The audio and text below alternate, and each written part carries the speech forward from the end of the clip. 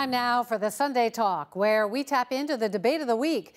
Look around the world and here in Canada, and it's not hard to find people who rage at politicians, bureaucrats, and experts. But one group tends to escape the backlash against elites: big business.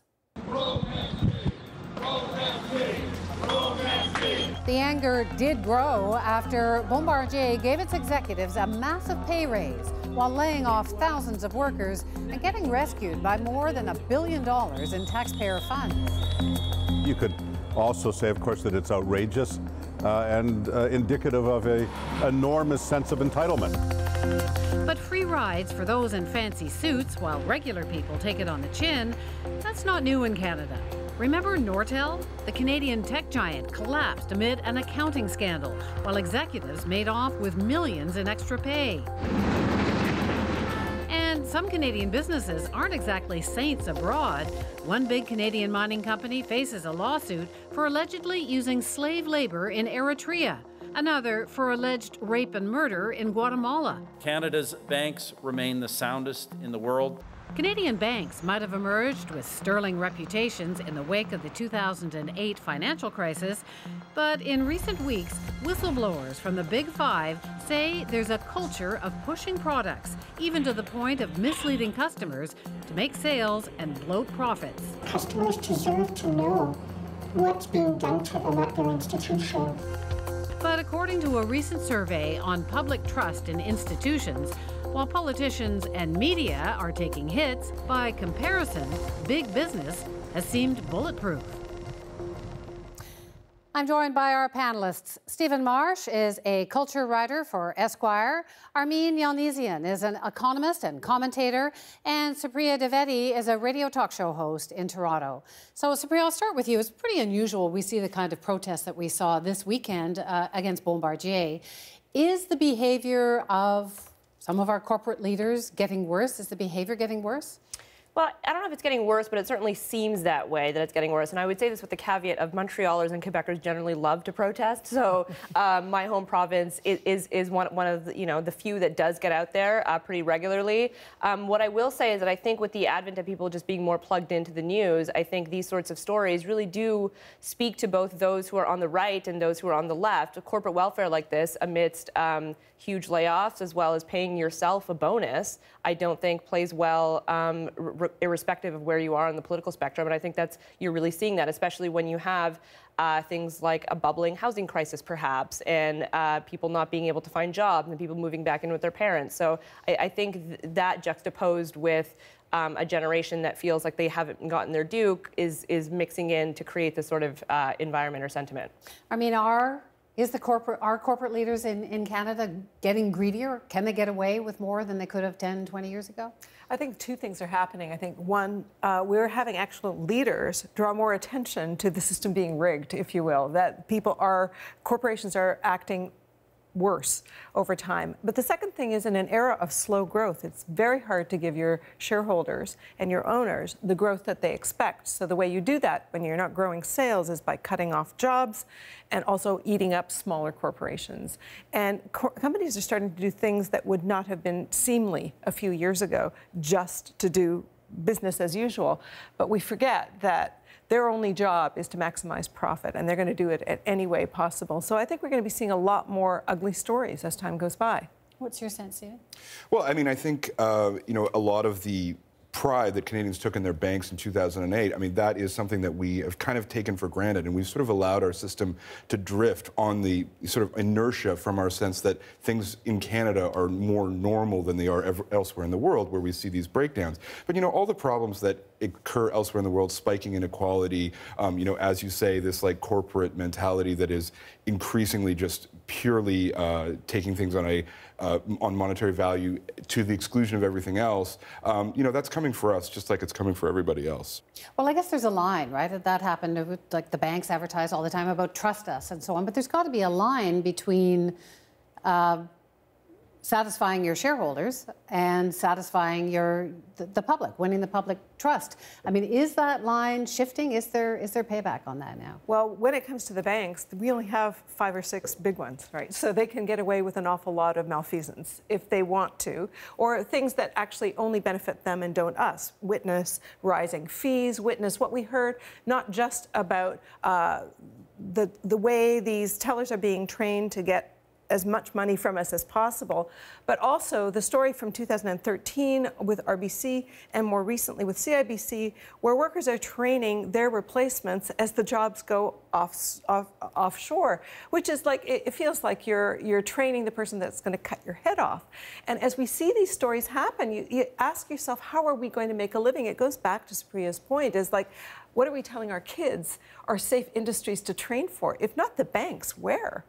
But as you say, other than Montreal, there haven't been a lot of protests. We don't get up and complain very much. Well, it's mostly the Rogers Bill, right? When the Rogers Bill, that's the one time that we can all agree we hate corporations, right? Well, that's all cell phone companies. Yeah, I mean, I think there is a big difference between, corporate malfeasance, which I think, has always been a part of capitalism and has always been part of, like, I think kind of Canadians kind of take for granted that kind of, as outrageous as it is, that is part of living in a capitalist society, and not being able to trust the banks. Because not being able to trust the banks is really serious. One of the reasons that our society has remained kind of impervious to the populism and the horrors that are visiting European and European countries in America is because we have this trust in our financial institutions. And if that goes, people if people start blaming the banks, then the politicians are really soon after, and then eventually civil society goes. Like, they are very related. They do, like, these things. I know that sounds I know it sounds very apocalyptic, but I really believe, like, what we saw in America and Europe is faith in the banks went, then faith in the political system went, then faith in the structure, the whole structure of economic life. So I think the Bombardier thing is a separate matter. The banks are actually much more vital.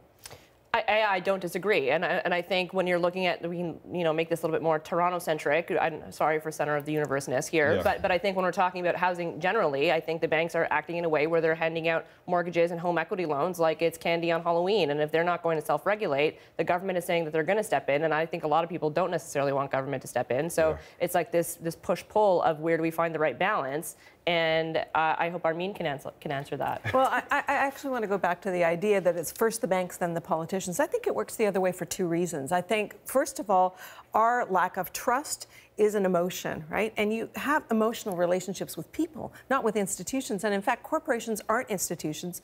And corporations, we've been talking about specific companies here, big ones.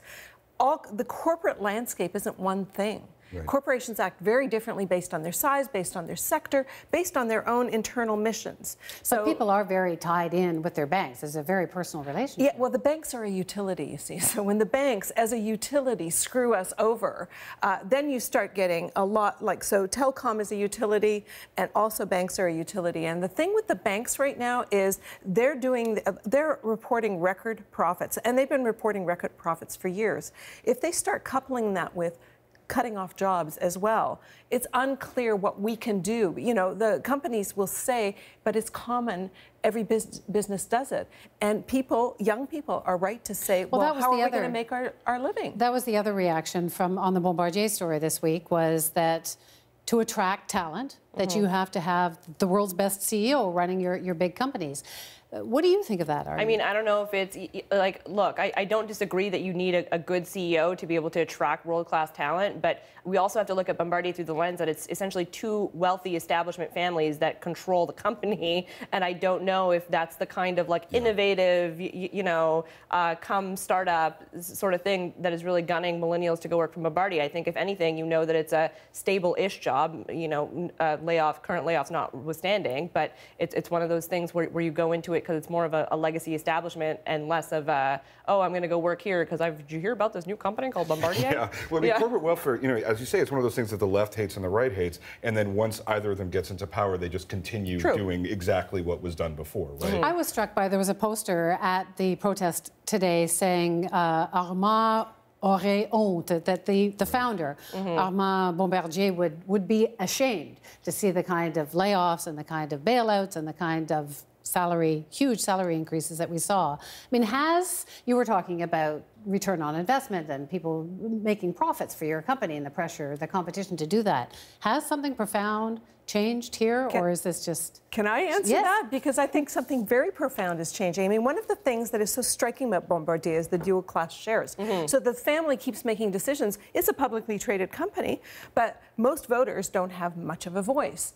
And Snapchat just came out on market doing something that no company had ever done, being publicly traded, which is you can buy a piece of us, you can own a piece of us, but you can't tell us what to do. No voting shares in the public market. And that changes the way, you can't even use shareholder activism to say we don't like the way you're doing capitalism. So the only recourse you have is a government that is willing to say the system's rigged and I'm going to fix it. So how likely is that? Well, I mean, you know, I think one of the most important political decisions of our lifetime was Paul Martin saying that the banks were not allowed to merge. And they said we will not be able to compete, we will be destroyed in the global marketplace, and that single decision saved the middle class of Canada in a very saved it a lot of suffering. And obviously, I think, you know, I don't think we're there yet to the point where we don't trust our banks, but like, you know, I think a parliamentary inquiry into these practices is absolutely called for. You know, I think there's absolutely no question that we need to look at